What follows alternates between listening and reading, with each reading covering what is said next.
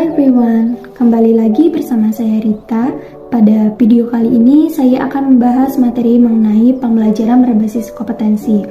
Dan tujuan dari video ini adalah untuk mengetahui mengenai tujuan dari pendidikan dan pelatihan berbasis kompetensi, hubungan strategi dan kompetensi pembelajaran dan sebagainya.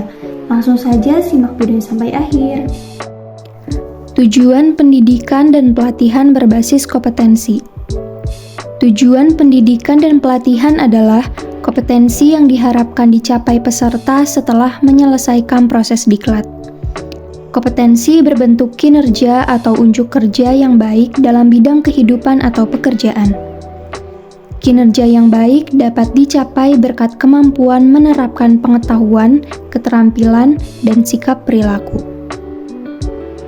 Pelatihan dan pengembangan dapat membantu karyawan meningkatkan keterampilan, pengetahuan, dan kemampuan mereka dalam melaksanakan tugas-tugas pekerjaan.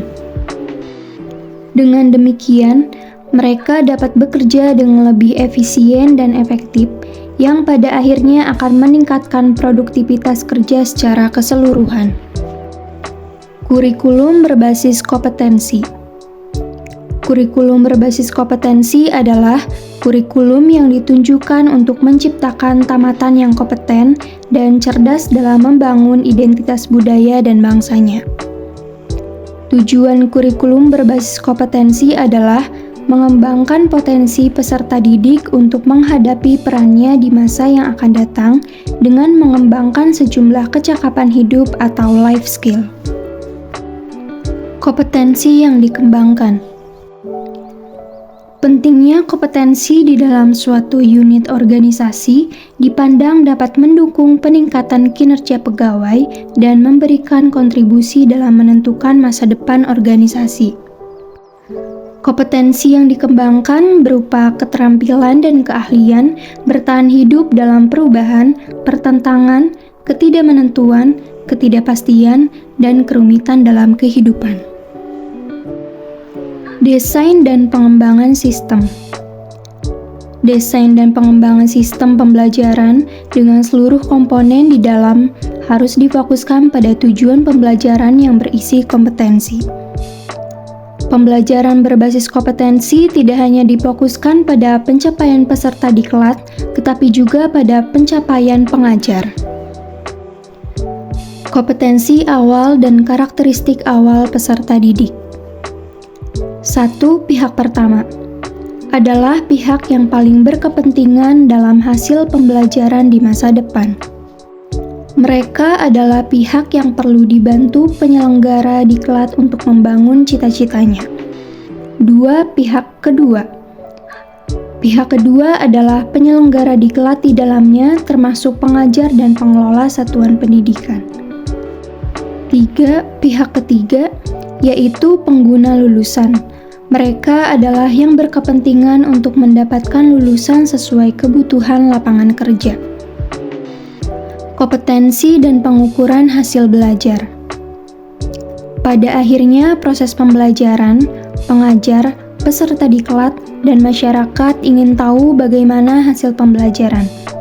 Pendesain pembelajaran perlu membuat alat pengukuran yang dapat mengukur kompetensi yang dimaksud dalam tujuan pembelajaran. Alat ukur yang dinyatakan valid dan alat ukur yang dapat mengukur sesuatu yang seharusnya diukur atau reliable. Pengukuran hasil dimaksudkan untuk melihat tingkat keberhasilan seseorang mencapai tujuan dan membuat keputusan evaluasi berdasarkan hasil pengukuran. Hubungan kompetensi dan strategi pembelajaran. Pendesain pembelajaran diharapkan dapat melaksanakan kegiatan secara bertahap, yaitu: pertama, menentukan tahapan dan langkah kegiatan pembelajaran dengan urutan isi yang diarahkan pada pencapaian kompetensi. Demikian pula pada saat menentukan metode, media, alat, dan alokasi waktu harus mempertimbangkan kesesuaian unsur dalam strategi instruksional dengan kompetensi dalam tujuan pembelajaran. Kedua, Pengajaran melaksanakan rencana strategi pembelajaran yang telah disusun dengan memasukkan upaya pemberian motivasi sepanjang proses pembelajaran agar peserta didik memfokuskan perhatiannya pada seluruh pembelajaran. Upaya pemberian motivasi berupa pemberian pujian, penguatan, pemberian latihan relevan, dan menanamkan keyakinan kepada peserta didik bahwa ia secara bertahap akan berhasil mencapai kompetensi yang ada pada tujuan pembelajaran.